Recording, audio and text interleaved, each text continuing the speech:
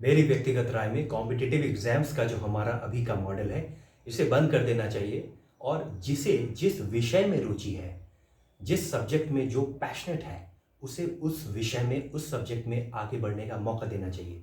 ये जो हमारा कॉम्पिटिटिव एग्जाम्स का करंट मॉडल है, ये हमारी पुराने दिनों की मजबूरी पे आधारित था। क्योंकि अगर हमारे पास 40 सीट्स हैं और 40,000 लोग हैं, तो मुझे उसमें एलिमिनेट ही करना पड़ेगा क्योंकि 40 सीट है, इंफ्रास्ट्रक्चर की लिमिटेशन है। आज इंफ्रास्ट्रक्चर की लिमिटेशन हमारे पास नहीं है क्योंकि आज 40 सीट नहीं है, हम आज हमारे पास 40,000 सीट्स हो गए हैं।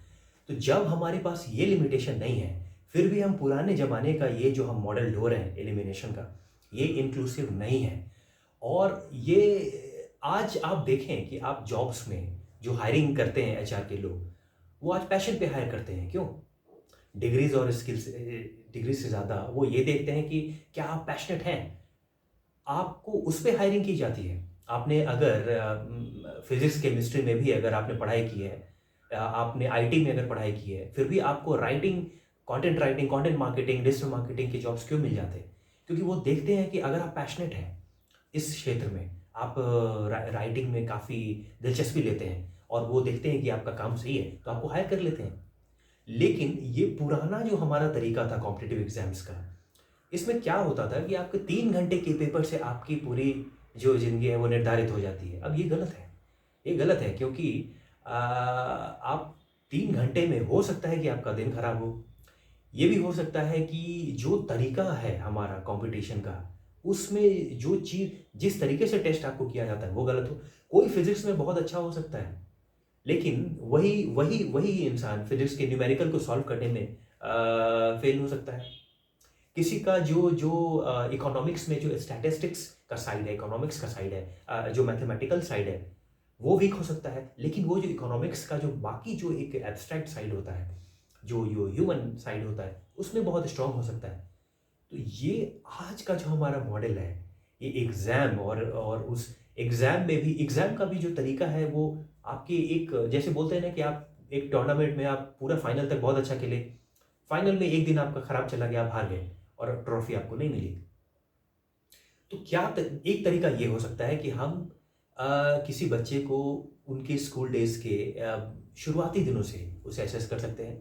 स्कूल्स जहाँ भी कोई पढ़ता है, तो उसे क्लास 4, 5 या 6 से इंक्रीमेंटल लेवल पर पॉइंट सिस्टम हम लगा सकते हैं। तो उससे पता चलेगा, जैसे कई बार ऐसा होता है कि आपके आसपास किसी को अपने बचपन से बढ़ते हुए देखा हो और आपको लगा हो नहीं, ये इस क्षेत्र में इसकी दिलचस्पी है। अगर किसी ने सचिन तेंदुलकर को देख लिया होता, देखा ही था बचपन में, कुछ मैचेस खेलते, तो उन्हें समझ में आ गया होगा कि ये बाकी सब चीज़ तो ये पढ़ सकता है, लेकिन इस क्षेत्र में, इस स्पोर्ट्स के क्षेत्र में, इस ये क्रिकेट नाम के इस खेल में ये बहुत आगे जाएगा। किसी ने अगर किसी कलाकार को देख लिया हो कि बचपन में 5, 6, 7 के स्टेज में किसी ने स्टेज पे जाकर कोई बहुत अच्छा परफॉर्म किया हो, तो वो कह सकते हैं उस स्कूल के प्रिंसिपल्स, टीचर्स, कि हमने तो बचपन से देखा था इसे, इसकी दिलचस्पी, रुचि इस क्षेत्र में बहुत थी। और अगर रुचि भी नहीं थी, फिर भी फ्लेयर, एक जो नेचुरल टैलेंट होता है वो दिख जाता है लोगों में।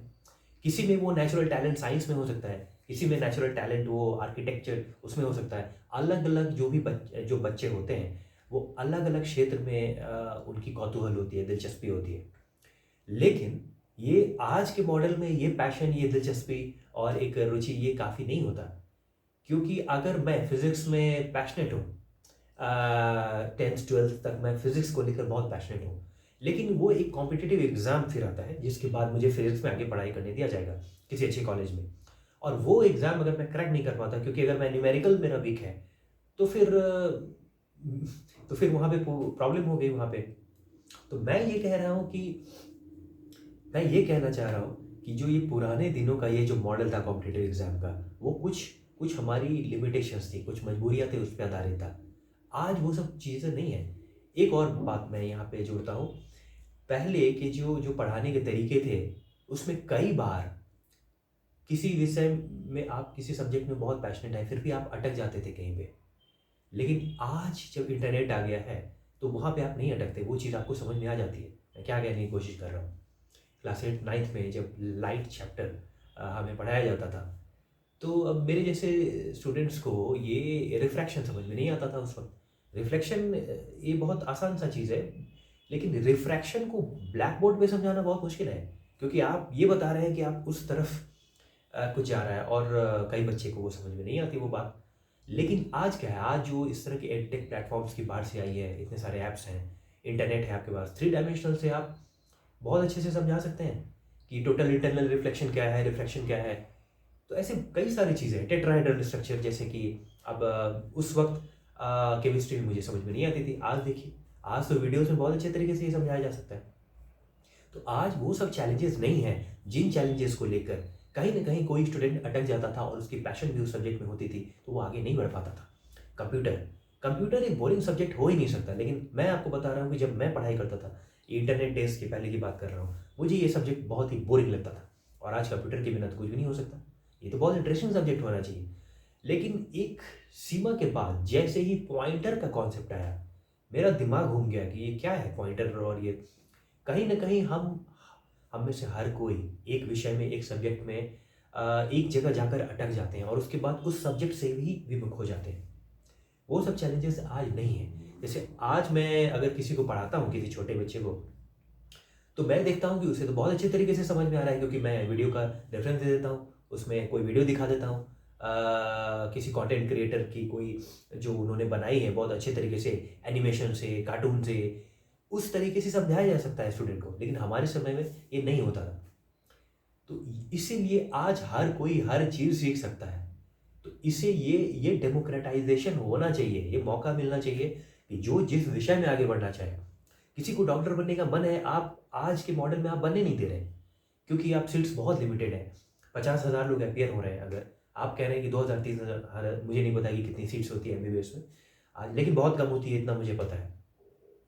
आज आप ये कह रहे हैं कि हमारे पास सीट्स कम है, लेकिन कल होकर अगर 10 साल के बाद हमारे मेडिकल कॉलेजेस बढ़ जाए, बढ़ ही रहे हैं, जगह जगह आज एम्स खुल रहे हैं और भी कॉलेजेस खुल रहे हैं, तो ये जब सीट्स बढ़ेंगी तो उसके बाद हम ये कर सकते हैं कि जो पढ़ना चाहे, हर कोई डॉक्टर नहीं बना, मैं तो डॉक्टर नहीं बनना चाहता हूँ, लेकिन कोई जो बनना चाहता है उसे वो मौका नहीं देना, उससे वंचित रखना।